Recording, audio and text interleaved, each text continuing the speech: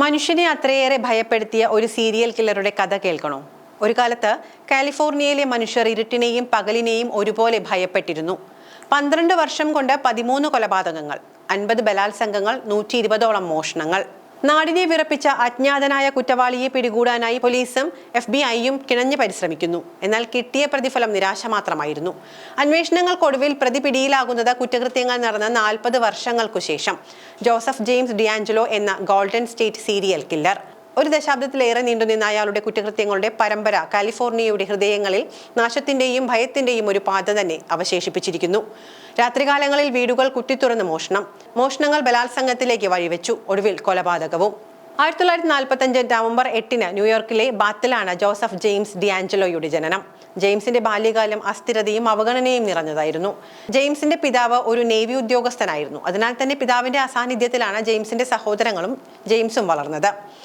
എന്നാൽ അമ്മ മാനസിക ആരോഗ്യ പ്രശ്നങ്ങളുമായി മല്ലിട്ടിരുന്നു. മാതാപിതാക്കളിൽ നിന്നും ലാളനയ്ക്ക് പകരം ജെയിംസ് ഏറ്റുവാങ്ങേണ്ടി വന്നത് ശാരീരിക മാനസിക പീഡനങ്ങളായിരുന്നു. ജെയിംസിനെ പിതാവ് നിരന്തരം തല്ലുമായിരുന്നു. നിസ്സാര കാര്യങ്ങൾക്ക് പോലും ജെയിംസ് പിതാവിന്റെ ബെൽറ്റിന്റെ പ്രഹരം ഏൽക്കേണ്ടി വന്നിട്ടുണ്ട്. സ്കൂൾ ജീവിതം കഴിഞ്ഞ 1964 ജെയിംസ് അമേരിക്ക നാവികസേനയിൽ ചേർന്നു. ശേഷം 2 വർഷത്തോളം വിയറ്റ്നാം യുദ്ധത്തിൽ പങ്കുചേർന്നു.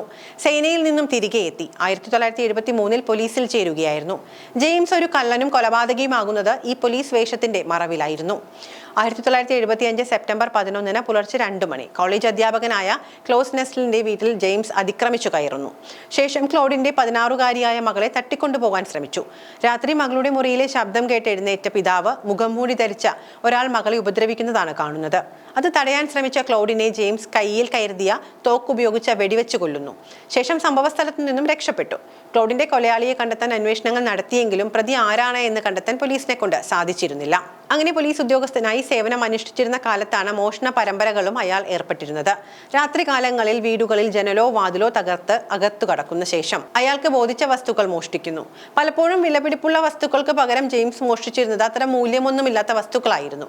ആദ്യമൊക്കെ ഒരു കള്ളൻ മാത്രമായിരുന്ന ജെയിംസ് പതിയെ ലൈംഗിക വൈകൃതങ്ങൾ പ്രകടമാക്കുന്ന ഒരു ക്രിമിനലായി മാറുകയാണ്.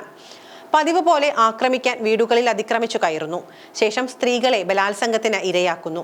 ജെയിംസിന്റെ പ്രധാന ഇരകൾ ഒറ്റയ്ക്ക് വീടുകളിൽ താമസിച്ചിരുന്ന സ്ത്രീകളായിരുന്നു. താൻ ഒരിക്കലും പിടിക്കപ്പെടില്ല എന്ന ആത്മവിശ്വാസമാണ് ഒന്നിനു പുറകെ ഒന്നായി കുറ്റകൃത്യങ്ങൾ ചെയ്യാൻ അയാളെ പ്രേരിപ്പിച്ചത്.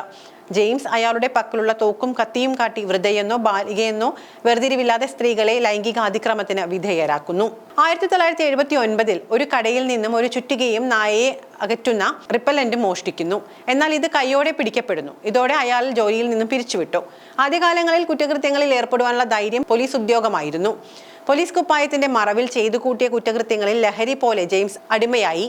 അതുകൊണ്ട് തന്നെ പിന്നെയും അയാൾ ഹീനകൃത്യങ്ങളുടെ ഒരു പരമ്പരയിൽ ഏർപ്പെടുന്നു. ആദ്യമൊക്കെ സ്ത്രീകൾ മാത്രമുള്ള വീടുകളായിരുന്നു ലക്ഷ്യമിട്ടിരുന്നത് എങ്കിൽ പതിയെ ആ രീതി മാറി. വീടുകളിൽ അതിക്രമിച്ചു കയറിയ ശേഷം പുരുഷന്മാരെ തല്ലി അവശരാക്കുന്നു. കയ്യിൽ കരുതിയ തോക്ക് ചൂണ്ടി ഭീഷണിപ്പെടുത്തിയ ശേഷം അവർ നിസ്സഹായരായി നോക്കി നിൽക്കെ സ്ത്രീകളെ ലൈംഗിക അതിക്രമത്തിന് ഇരയാക്കുന്നു. ഇരകളുടെ കണ്ണീരും നിലവിളികളും അയാൾ ആനന്ദം കണ്ടെത്തി. പലപ്പോഴും ഇരകളോട് അയാൾ തന്നെ പറ്റി ഓരോ നുണകൾ പറയുന്നു. ഒരിക്കൽ ഒരു വീട്ടിൽ അതിക്രമിച്ചു കടന്ന ജെയിംസ് അവരെ ഉപദ്രവിക്കുന്നു. ശേഷം താൻ വന്ന വാനിനെ പറ്റി പോലീസിനോട് പറയരുത് എന്നും അങ്ങനെ പറഞ്ഞാൽ താൻ തിരികെ എത്തി കൊലപ്പെടുത്തുമെന്നും ഭീഷണിപ്പെടുത്തുന്നു. വാസ്തവത്തിൽ അയാൾ വാനിലല്ല വന്നത്, മറിച്ച് മറ്റേതോ വാഹനത്തിലാകും ആ സംഭവ സ്ഥലത്തെത്തുന്നത്. അങ്ങനെ വാനിലാണ് വന്നത് എന്ന് പറയുമ്പോൾ ഇരകൾ അത് വിശ്വസിക്കുന്നു. ശേഷം ഇരകൾ പ്രതിയുടെ വാനിനെ പറ്റി പോലീസിന് മൊഴി നൽകുന്നു. അതോടെ പ്രതി വന്ന വാനിനെ കണ്ടെത്താനുള്ള നെട്ടോട്ടത്തിലാകും പോലീസ്. യഥാർത്ഥ പ്രതിയിൽ നിന്നും അന്വേഷണം വഴിതിരിച്ചു വിടാനുള്ള ജെയിംസിന്റെ തന്ത്രം പലപ്പോഴും ഫലം കാണുകയും ചെയ്തു.